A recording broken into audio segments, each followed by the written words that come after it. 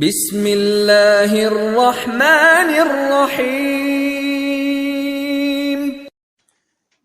بیدار شوی دل که جهان میگذرد، بیدار شوی دل که جهان میگذرد، وین مایه عمر رایگان میگذرد. در منزل من مخسب و غافل منشین، از منزل عمر کاروان میگذرد. برادر عزیز من، کاروان عمر تو به پایان رسیده ایستاده است. روزی به منزل میرسد، باز تو در دار دنیا مانده ای. جوان نازنین، جوانی که ما برات یک سخن زیبا میگم. حبیب خدا محمد صلی الله علیه و سلم گفتند که هر آینه محبت دنیا، دارایی دنیا چشم دل شما، چشم سر شما را کور میکند و شما را از یاد خدا و رسول دور میکند. دنیا دوست داشتنی نیست برادر جنتی من. و این بدان که عزیز خدا محمد صلی الله علیه و سلم برای من و تو این خبرها را گفتند و برفتند. برادر جنتی من، پیش مردم کج مکن گردن که حیرانت کند، آبرویت برده و بعدم پشیمانت کند. سفره دل باز کن در حال و در وقتی سجود، پیش الله کن گدایی تا که سلطانت کند. ای سایلی گدا به در شاه ناله کن، تا رحم پادشاه به حال گدا شود. سلطانی میخواهی، خدا برای سلطانی داده است. سلطنت میخواهی، خداوند برای سلطنت دنیا و آخرت داده است. حکومت میخواهی، خداوند حکومت دنیا و آخرت برای مبارک کرده است. میدانی که پروردگار رب العزت در جمع ملائکه گفت که من خلیفه ای را در زمین قرار میتم که اون بندگانی من هستند، بندگانی صالح و با تقوای من هستند. برادر عزیز من، جوان نازنین، بس است آخر. رو به درگاه خدا بیا، کرم بین لطفی خداوندگار. گناه بنده کرده است او شرمسار، گناه را من و تو میکنیم و پروردگار از من و تو شرم میکنه. میدانی که چقدر پروردگار مهربان است، میدانی که چقدر پروردگار بنده نواز است که من و تو را دوست می‌دارد. برادر عزیز من برات میگم که به امید عمر دو روزه نشو که عاقبتش تمام شده نیست. میدانی که روز جسدی زیبای تو را صدا میزنن که فلانی غسال بیار، فلان کسی که بدنی میت میشود، از بدنی زیبای تو با دیگر دستها شسته میشود. دیگر خود شسته نمیتانی، جسدی زیبای خودت دیگر شسته نمیتانی و دیگر اون لباسای زیبا را در تن کردن نمیتانی. میبینی که بدنی تو را میشوند و میبینی که در تنی تو کفن میکنن و میبینی که تو را میبردارن و به سوی عالم قبر میبرن. برادر جنتی من، در دار دنیا غم مخوراخی، تو غمخوار داری، پس او غمخوار غم بخور و به درگاهش دست ببردار تا که نجات بیابی. غم مخوری بنده غمخوارت منم، این جهان و آن جهان یارت منم. چند روزه هر کجا خواهی برو، بازگشتی آخری کارت منم. هر کجایی که میره بازگشت به سوی پروردگار است، به سوی او پروردگاری که منو تو را خلق کرده است، به سوی خدایی که منو تو را رزق داده است. بازگشت ما به سوی همون پروردگار است. پیش از اونه که ما به نزد او پروردگار میریم، باید به عمل صالح دست بزنیم، عملهایی که نجاتی منو تو باشد، عملهایی که بعد از درگذشت منو تو ما را به نیکی یاد بکنن. برادر عزیزی من، از هر تا و بیگاه در صحبت هستی، در سطرهای تلفن به هر گوشش میدرایی، یک بار به صفحات قرآن نظر نکردی، عمر خودت بیهوده ضایع کردی. برادر جنتی من، بازم برات میگم که این فراموش نکن که از این بیخبری تو روز پشیمان میشوی. در دور حیات رسول اکرم محمد مصطفی صلی الله علیه و سلم یک جوان نزد رسول الله آمدن، گفتن ای پیامبر، برای چی خدا من نمیزند؟ همه ثروت مال اموال دارم، نیکو خدا من نمیزند، گناه میکنم، تمام عمل میکنم، خدا من نمیزند. خنده کردن. حبیب خدا محمد صلی الله علیه و سلم چی گفتن؟ سکوت کردن و بعدن گفتن که خداوند تو را گمراه کرده است که یاد خدا کردن نمیتانی.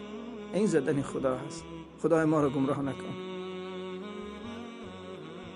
الها واقفی بر حال و زارم، همه دانی که جست و کس نداریم. الها گر برانی ور بخوانی، همه چو بنده ای به اختیاریم. الها گر نباشد توفیق است و میان آتش دوزخ گماریم. پروردگارا توفیق رفیق ما بندگانت بگردانی و انجام کار ما را به خیر بگردانی. و پروردگارا مرگ به سراغ ما نفرست تا مادام ما را مغفرت نگردانی.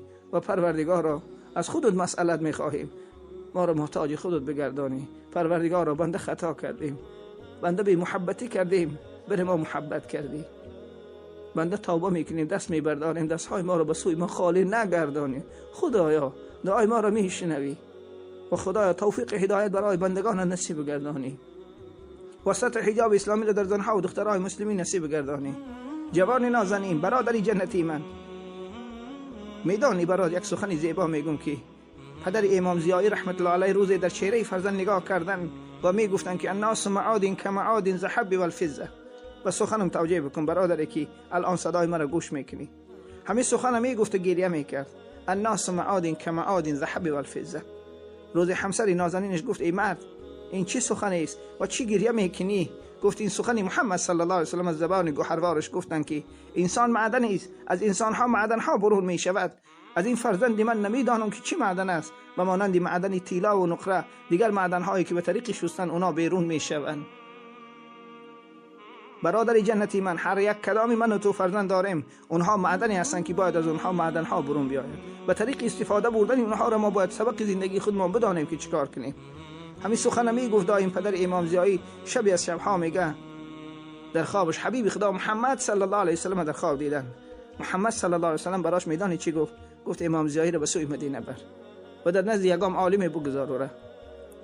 فردا که از خواب بیدار شدن برای همسرش گفت سر بدن فرزند ما شستشو بکن و در تن لباسی زیبا بکن و سر موی او را شانه بزن که ما این برای خدا میبرم. امام ضیایی را بردن میگه به مدینه، در حضور یک عالمی گذاشتن. از بین 5 سال 10 سال 20 سال مکمل درگذشت. روزه پیر کمپیر در خانه نشسته بودن که در کوفته شد. وقتا که در رها کردن دیدن جوانی زیبا، جوانی خوشگل با عمامه، با لحیه نازنین، یعنی بارش مبارک، عالم کل. از بین 5 سال و 10 سال گذشت، از یک امام ضیایی رحمت الله علیه 100 عالم درست شد، 500 مسجد بنا شد. ببین عزیز قلبم که از یک امام ضیایی رحمت الله علیه اینقدر عالم ها به دنیا آمدن. من و تو هم عالم های داریم، من و تو هم فرزند های داریم، فقط اونها را تعلیم دادن در کار. میخوای فرزندت برای تو نجات دنیا و آخرت شود، برای او علم بیاموز، قرآن بیاموز. آخی برادر عزیز من، قرآن چراغ دنیا و آخرتی من و تو است. ایدی قربان شد و در کعبه صحبت می شود، آه ویلای او نزد حضرت می شود. هر که قرآن خوان کند فرزند خود را در جهان، در قیامت روی او ماه تابان می شود. میخوای که ماه تابانی روز قیامت، پس فرزند به قرآن خواندن تعلیم بده تا که کامیابی دنیا و آخرت خداوند برای تو نصیب گرداند. امروز برادرای عزیز من نگاه میکنم فرزندان را ما رو به کامپیوتر و برنامه‌های خودریز و برنامه‌هایی که طبیعت اونا را دیگر میکند، فکر ذهنی اونا را دیگر میکند، ما پابند اون کرده ایم. جوانای نازنین، از داخل این سایت اینترنت هایی که من و تو داخل میشویم چیزهای لازمی اونا بگیرین و دیگرش رد بکنین. به خاطر خدا اونا را از بین ببرید و با اونها نگاه نکنید، زیرا چشمای نازنین شما و وجود نازنین شما بیمار میشود. خاصیت القلوب میشین، قلبهای شما میمیرد از یاد خدا و رسول. این بود مطلبی که من برای سمع شما رسانیدم بنده و انشاءالله که از شما امید دارم که با این گفته های بنده در عمل میشوین و رابطه رو با خدا پیوست میکنین.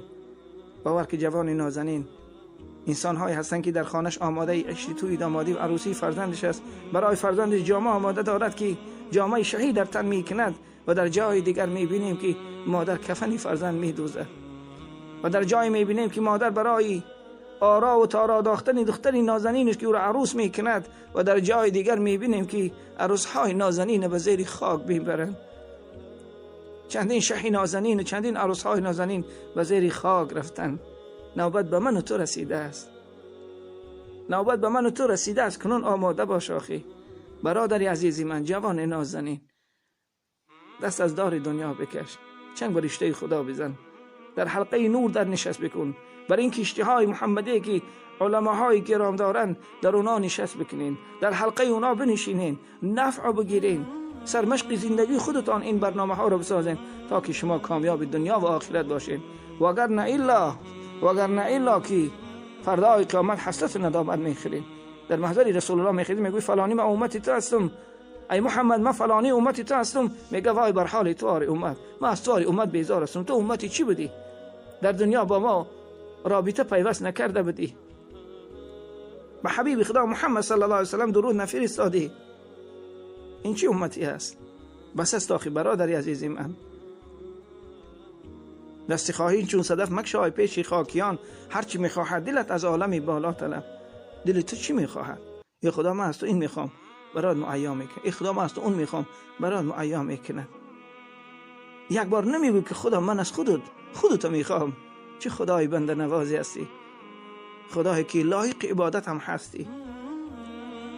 با صدق و محبت اتفاقی و اتحادی را از هم نزنیم و با هم یک جا باشیم و دوستاری ملت و وطن، دوستاری برادراتان باشیم، با هم یک جا و با هم محبت کنیم و خدای مهربان از درگاه مسئلت میخواهیم. یا رب دل ما به معرفت دانا کن، چشم ما به جمال مصطفی بینا کن. روزی که چلاله سر بر آریم ز خاک، در روضه مصطفی ما را محوا کن. و بعداً السلام علیکم و رحمت الله و برکاته.